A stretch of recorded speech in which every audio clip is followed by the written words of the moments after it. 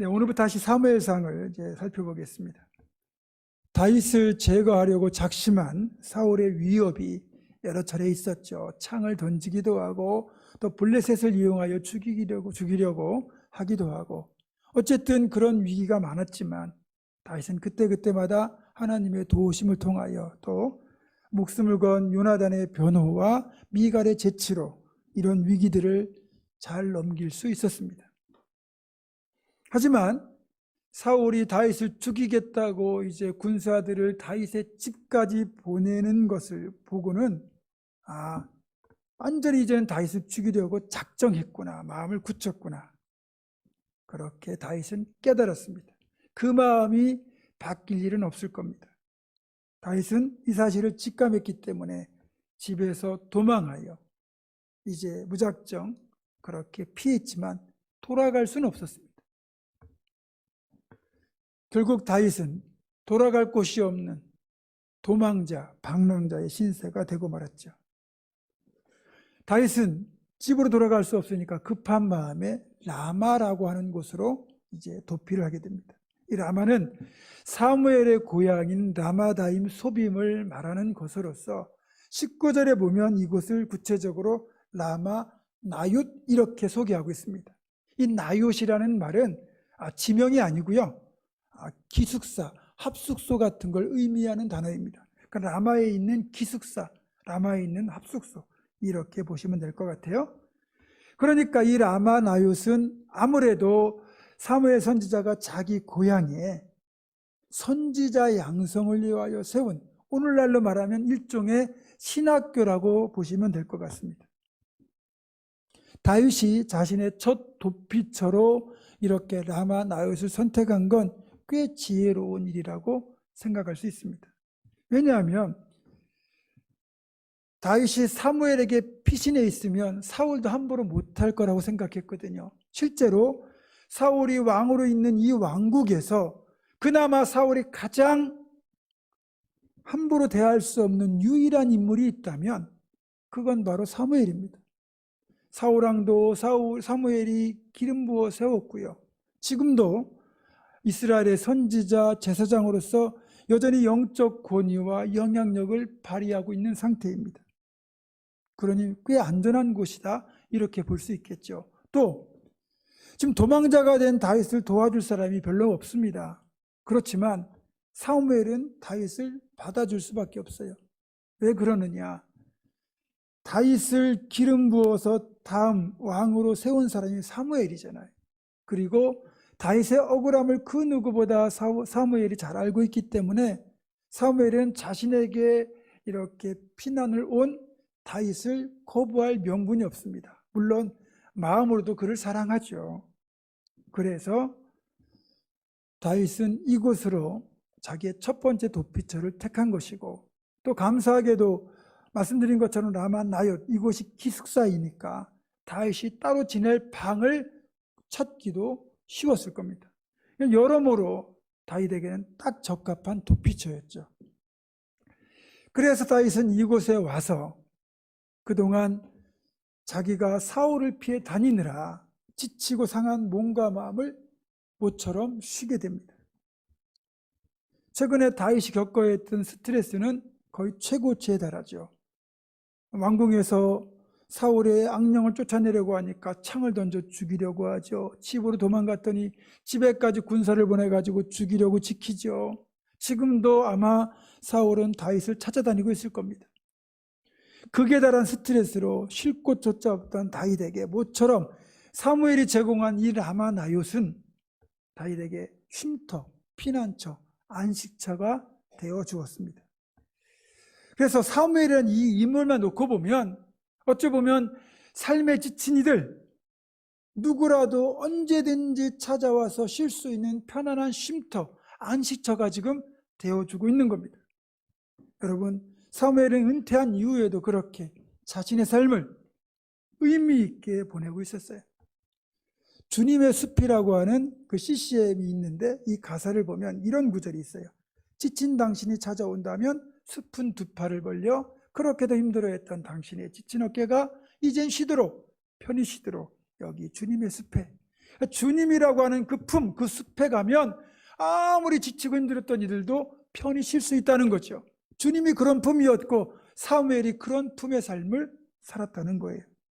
저는요, 우리 교회가 또 우리 성도들이 이렇게 지치고 상한 이들의 쉼터, 피난처, 안식처가 되는 그런 성도, 그런 교회가 됐으면 참 좋겠습니다. 아무쪼록 지치고 상한 심령들이 쉼을 얻고 새롭게 회복되는 그런 교회를 함께 만들어가기를, 그런 쉼을 제공하는 우리 교회가 되기를 주님의 이름으로 부탁합니다. 그리고 20절에 보니까 선지자의 무리라는 단어가 등장을 해요. 그렇다면 이 선지자의 무리라는 단어에서 우리는 사무엘이 앞에서 말씀드린 것처럼 은퇴 이후에도 쉬지 않고 선지자를 양성하는 일을 했음을 발견할 수 있습니다. 사무엘은 은퇴 이후에도 선지자들을 양성하여 이스라엘을 영적으로 깨어있게 하려고 노력했던 겁니다. 사실 사무엘의 나이는 이제 아무 일도 안 하고 쉬도 되는 나이고요. 그동안 나라를 위하여 민족을 위하여 애썼기 때문에 그가 쉰다고 해서 아무도 비난할 사람이 없습니다. 그럼에도 불구하고 그는 쉬지를 않았습니다. 그는 은퇴할 때 나는 너희를 위하여 기도하기를 쉬는 죄를 결단코 범하지 아니하리라 했던 그 약속을 신실하게 지키고 있었고, 또 선지자를 양성하는 새로운 사역을 열심히 감당하고 있었습니다. 그리고 이렇게 다윗처럼 자신을 찾아온 지친 이들에게 쉼터가 되어주고 있었습니다. 여러분, 그렇게 보면 사무엘은 참 아름다운 노년을 보내고 있었다, 이렇게 평가할 수 있죠. 저도 은퇴 후에 그런 좀 멋진 삶을 살았으면 좋겠고, 여러분들도 나이가 들어가실수록 더 이렇게 사무엘처럼 영적으로나 세상적으로나 모든 이들에게 품이 되어지는 그런 삶을 살았으면 참 좋겠습니다. 그러려면 미리미리 준비해야 됩니다. 열심히 기도하고 열심히 준비해야 이런 사역을 감당할 수 있죠. 자, 이렇게 라마 나옳에서 모처럼 사무엘의 보호 아래 안전하게 지내던 다윗이었지만 그의 평안은 그리 오래 가지 못했습니다. 다윗이 라마 나옳에서 사무엘과 함께 있다는 소식이 사울의 귀에 들어갔기 때문입니다. 사울은 이 사실을 듣자마자 군사들을 보내서 다윗을 잡아오라고 그렇게 명령하게 됩니다. 근데요, 이상한 현상이 발생하게 됩니다. 사울이 보낸 군사들이 이 라마 나옳에 도착하기만 하면 하나님의 영이 군사들에게 임하여 예언을 하는 겁니다. 그리고 다윗을 잡으러 온 사실도 까마득히 잊어버린 채 하루 종일 예언을 하고 있는 거죠. 그래서 안 되겠다 싶어서 사울이 두 번째 군사들을 보냈는데 두 번째 군사들도 똑같은 일이 발생하고 세 번째까지 군사들을 보냈는데 이들 역시 하루 종일 예언하며 다윗을 잡으러 온 그 사실을 다 잊고 있는 겁니다. 결국 사울이 직접 다윗을 잡아가기 위하여 라마로 출동하게 됩니다. 그런데 이게 웬일입니까? 사울왕 역시 라마에 도착하자마자 그에게 하나님의 영이 임하였는데 그도 예언을 하기 시작한 겁니다. 그뿐이 아닙니다. 다른 사람들과는 달리 사울은 하루 종일 벗은 몸으로 있었습니다. 일반적으로요, 하나님의 영, 성령이 임한다고 해서 옷을 벗는 일은 없어요. 그렇죠? 우리가 기도를 열심히 하다 보면 땀이 나서 겉옷을 벗을 수는 있겠습니다. 그러나 지금 사울은 완전히 머리부터 발끝까지 알몸인 거예요. 사울에게 하나님의 영이 임했는데 사울왕이 알몸이 되어가지고 무려 24시간을 꼬박 있었다. 이게 어떤 의미일까요?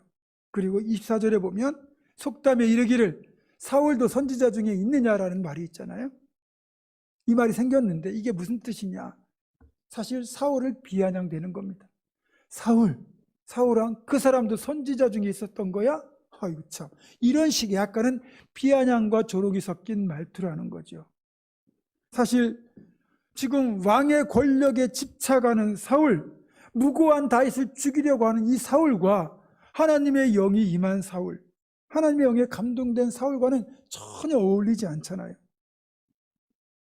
그래서 이런 비아냥이 나온 겁니다. 게다가 사울은 그 누구보다 왕복에 집착하는 사람입니다. 왕의 복, 왕의 옷, 그러니까 왕복이 왕의 권력을 가져다 준다고 철저하게 믿는 사람이. 그렇기 때문에 사울은 자기 스스로는 절대로 왕복을 벗을 사람이 아니라는 거죠. 그런데 하나님의 영이 사울에게 임하니까 자기 스스로 왕복을 벗고 벌거벗은 몸으로 24시간을 있었다. 이게 무슨 뜻이겠습니까? 사울의 벌거벗음은 하나님이 사울을 더 이상 왕으로 인정하지 않으셨다는 뜻입니다. 왕의 옷을 벗겼잖아요. 사울의 이 벌거벗음은 하나님께서 그에게 주셨던 왕의 권위를 이제는 거두셨다는 뜻이 되는 거예요. 그 순간 더 이상 사울은 하나님 앞에서도 사람들 앞에서도 더 이상 왕이 아니었습니다. 그저 벌거벗겨진 그저 초라한 인간일 뿐, 그 이상도 그 이하도 아니었습니다. 만약에 사울이 조금이라도 분별력이 있었다면 이 상황을 통하여 지금 자신이 어떤 처지에 있는지를 깨달아야만 했습니다. 자신의 왕권이 왕복에서 나오는 것이 아니라 철저히 하나님 손에 있음을 알아야 했습니다. 그러나 사울은 이런 일을 겪고도 전혀 깨닫지 못했습니다. 이후에 사울의 모습을 보면 변하지 않거든요. 전혀 바뀌는 게 없거든요. 사울의 이런 모습을 보면서 저는 두려움을 느낍니다. 목회자가 정직하지 못하고 하나님 앞에 바로 서지 않으면 언제라도 발가벗겨질 수 있음을 깨달았기 때문입니다. 한때는 한국교회를 이끌어갈 차세대 리더들로 그렇게 각광받던 분들, 화려하게 목회를 하던 분들이 어느 순간 그의 치부가 드러나서 완전히 발가벗겨지는 것을 우리가 보고 있지 않습니까? 에스겔 16장 37절은 이렇게 말씀합니다. 또 네 벗은 몸을 그 앞에 드러내어 그들로 그것을 다 보게 할 것이며, 고린도후서 5장 3절도 이렇게 말씀합니다. 이렇게 입음은 우리가 벗은 자들로 발견되지 않으려 함이라. 사랑하는 여러분, 이 말씀이 무슨 뜻이겠습니까? 이 말씀은 구원을 받았어도 행한 것이 없어서 하나님 앞에 마치 벌거벗은 자처럼 부끄러운 구원을 받지 말라, 이런 뜻입니다. 구원은 받았는데 구원받은 자답게 살지 못해서 하나님 앞에 드릴 것이 아무것도 없는 거예요. 천국은 갔는데 너무너무 부끄러운 구원을 받는다는 거죠. 그런 사람 되지 말라는 거예요. 또 우리에게 맡겨진 직분을 제대로 감당하지 못하면, 그리고 게으르면 언제든지 그 직분의 옷도 벗겨질 수 있다는 것을 잊지 말라는 뜻이기도 합니다. 여러분, 항존직, 죽는 날까지 그 직분을 유지하는 것이 항존직이지만, 그 세상에서, 교회 안에서 그 직분은 유지될지 모르겠지만 하나님이 벗기시면 더 이상 하나님 앞에서는 항존직이 될 수 없습니다. 우리에게 맡겨진 직분 제대로 감당하지 못하면 언제든지 이렇게 벗겨질 수 있음을 우리는 잊지 말아야 됩니다. 또 우리가 세상에서 높아지든지 아니면 교회에서 직분을 맡게 되든지 어쨌든 그 자리에 있게 하시는 분은 하나님이시라는 거죠. 내가 잘나서 기업에서 임원이 되고 직장에 승진하고 교회에서 장로가 되고 권사가 되고 집사가 되는 게 아니라는 겁니다. 나를 충성되이 여기 하나님께서 그 자리에 세워주신 건데, 그 사실을 잊어버리고 교만하고 게으르면 언제라도 하나님이 벗기실 수 있음을 여러분 잊으시면 안 됩니다. 사랑하는 여러분, 끝까지 직분을 잊지 않고 겸손을 잊지 않고 헌신에게 충성하셔서 착하고 충성된 정으로 끝까지 그렇게 살아가시기를 주님의 이름으로 축원합니다. 자, 어쨌든 다윗이 도피하고 있는 이 라마나옅까지 사울 왕이 찾아왔다는 건 결국 이곳도 안전할 수 없다는 뜻이 되지요. 어쩔 수 없이 다윗은 이제 라마나옅을 떠나서 길고 긴 도피 생활을, 진짜 도피 생활을 시작하게 됩니다. 한 나라의 구국의 영웅, 군대의 장교, 또 왕의 사위라는 이 보장된 안정된 삶을 살고 있던 다윗이 갑자기 어느 날 도망자가 되었다는 건 어떤 의미일까요? 한마디로 말해서 그의 처지가 졸지에 바닥으로 추락했다는 뜻입니다. 여러분, 말이 그렇지 도망자 신세가 얼마나 처량한지 아십니까? 우리가 여행을 떠날 때 여행이 즐거운 이유가 뭡니까? 그곳에 가서 많은 것들을 보고 누릴 수 있다는 그런 기대감 좋죠. 그러나 진짜 그 여행이 설레고 즐거운 이유는 그 여행을 끝나면 돌아올 집이 있기 때문입니다. 여러분, 아무리 좋은 곳에 가더라도 돌아올 곳이 없으면 그 사람은 방랑자일 뿐입니다. 다윗은 지금 여행자의 삶이 아니라 도망자의 삶을 시작하게 된 거예요. 예전에 이전 사택에 거주할 때 한 번은 거실 쪽에 그 보일러 그 배수한 관이 그게 이제 좀 새는 바람에 이걸 수리하기 위해서 세간살이 한쪽에 다 몰아놓고 그리고 온 식구가 한 방에 한 3일 동안 모여서 거주한 적이 있습니다. 3일 동안 거의 뭐 난민 신세와 크게 다를 바가 없었어요. 약간의 그런 불편함이 있었지만 그래도 저희가 행복하게 그 3일을 보낼 수 있었던 건 이 수리만 끝나면 우리는 다시 편안한 삶을 누릴 수 있거든요. 그러나 여러분, 이런 생활이 기약 없이 지속된다? 여러분, 그들의 삶이 어떻겠습니까? 최근에 벌어지고 있는 이 우크라이나 전쟁, 여러분 이 소식을 들으면서 정말 안타까움이 왜 드는 겁니까? 전쟁 때문에 많은 분들이 죽고 다치기도 하겠지만 이들은 모든 것을 잃어버립니다. 편안했던 집을 포기해야 되고 삶의 터전을 포기해야 되고 언제 돌아올지 모르는 먼 피난길에 올라야 됩니다. 여러분, 그 삶이 얼마나 고달프겠습니까?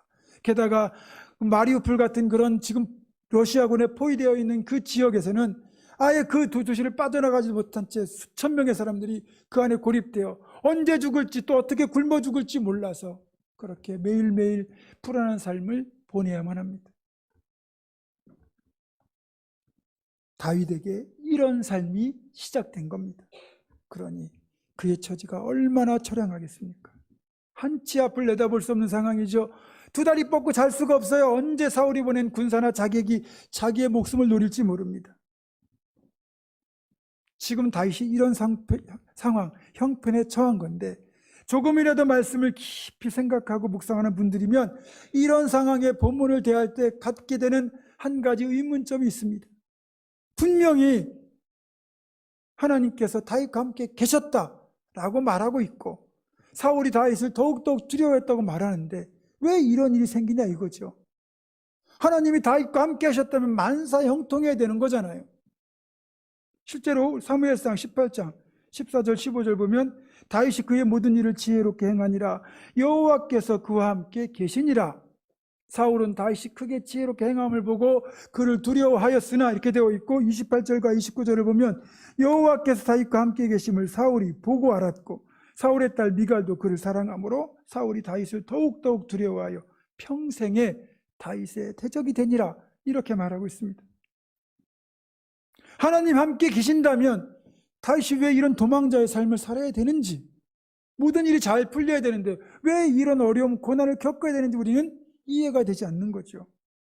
그리고 지금 도망자의 신세가 된 다윗 입장에서도 무척이나 억울할 겁니다. 잘못한 게 없잖아요. 그런데 역적이 되고 죄인이 되고 도망자가 되었으니 얼마나 억울하겠습니까?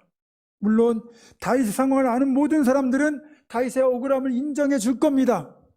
그러나 억울함을 인정해 준다고 해서 그것이 다윗을 돕는 도움으로 이어진다는 보장은 없습니다. 아니요. 억울함을 인정해 주지만 자신에게 불이익이 올까 봐 절대로 도와주지 않는 것이 세상의 인심입니다. 우리도 그렇잖아요. 어떤 게 옳은지 알고 어떻게 해야 되는지 알지만 그것 때문에 내가 번거로워지고 불이익을 당하고 자칫 해코지를 당할 거다 싶으면 우리는 눈 감아버리고 외면해버리잖아요. 이게 세상의 논리입니다. 그리고 지금 다시 처한 도망자의 삶의 솔직한 형편이기도 하고요. 물론 세상은 그렇다 치더라도 사람들은 그렇다 치더라도 그러면 하나님만큼은 다윗의 억울함을 알고 계시니까 이 억울함을 풀어주시고 말 그대로 함께 하셨기에 만사형통하게 해주셔야 되는 것 아니냐라는 질문이 또 생기죠. 여러분,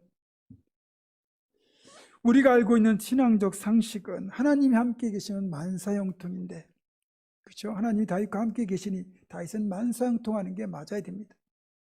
여러분, 만사형통이 무슨 말이죠?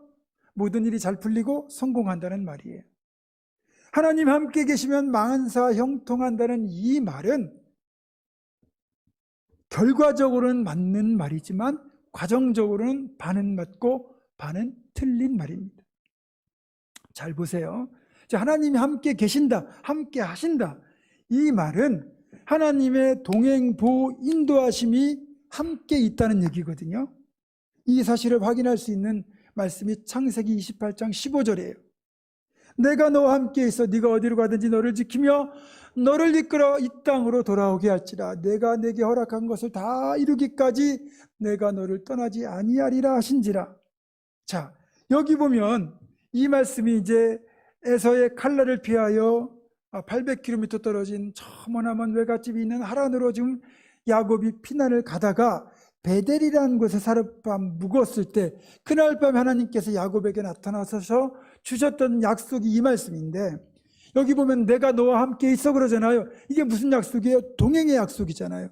그리고 네가 어디로 가든지 너를 지키며 보호해 주시겠다는 약속이에요. 너를 이끌어 이 땅으로 돌아오게 할지라, 인도하시겠다는 약속이죠. 그리고 이 세 가지를 아울러서 표현한 말씀이 내가 내게 허락한 것을 다 이루기까지 너를 떠나지 아니하리라, 이 말씀입니다. 그러니까 하나님의 함께 하심이 이 세 가지가 표현된 건데, 이 약속이 있은 지 만 20년 뒤에 야곱은 무사히 고향 가나안 땅으로 돌아오게 되는데, 하나님은 20년 전에 약속하신 대로 야곱과 함께 하셨고, 그래서 동행보 인도하심으로 야곱을 무사히 돌아올 수 있게 해주셨습니다. 이렇게 하나님께서 약속한 대로 야곱과 함께 하셨지만, 그러면 그 20년 그 내용을 들여다보면 야곱에게 고난이 전혀 없었느냐? 아닙니다. 의외로 많은 고난이 야곱에게 있었습니다. 하지만 하나님이 함께 하셨기에 야곱은 그 숱한 고난의 시간들, 위기들, 고비를 잘 넘기고 돌아올 수 있었던 것이고, 결국 하나님의 손길 아래 대가족을 이루고 엄청난 부자가 되어 돌아오게 된 것입니다. 그러니까 하나님이 함께 하신다는 건 이런 의미입니다. 고난을 면제시켜주는 게 아니라 고난을 이길 힘을 주신다는 거죠. 그래서 우리가 결론적으로 말하자면, 하나님이 함께 계시면 만사형통이라는 이 말은 어려움 없이 모든 일이 술술 풀리고 하는 것마다 성공하게 해주신다는 뜻이 아니고, 하나님 안에서 우리가 고난을 통과하여 끝내는 아름다운 결과를 얻게 된다는 뜻으로 해석을 하셔야 맞는다는 거예요. 누차 드리는 말씀이지만, 하나님을 경외하며 우리가 믿음으로 살아갈 때 하나님 우리와 함께 하시고 우리를 지켜주시는 것은 분명한 사실이지만, 그렇다고 해서 고난 자체가 면제되는 것은 아니라는 거죠. 그리고 하나님께서 우리의 삶에 고난을 허락하시는 이 분명한 이유가 있습니다. 그것은 고난을 통하여 우리를 연단시키시고 성숙시키시고, 그리고 그 과정을 통과한 뒤에 하나님께서 계획하신 일에 우리를 아름답게 사용하시려는 그분의 계획이 있기 때문입니다.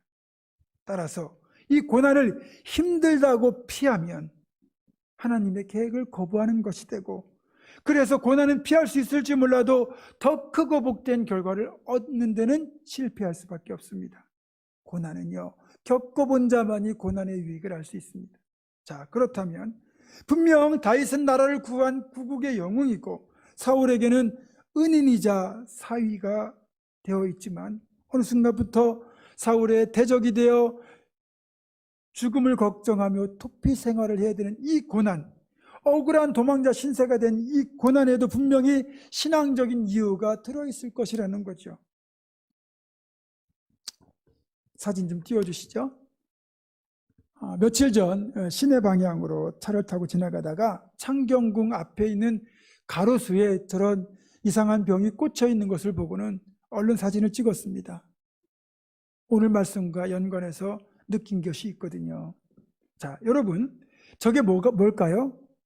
아마 나무에 영향을 주는 수액 같아요. 그렇죠? 그런데 나무 입장에서 한번 생각해 보자는 거죠. 갑자기 나무 아랫부분에 사람들이 드릴을 가져다가 구멍을 뚫어댑니다. 그것도 여러 개를 뚫어댑니다. 나무는 전혀 예기치 못한 고난을 만난 거예요. 자기 몸에 상처를 내고 아픔을 주고 구멍을 뚫어댑니다.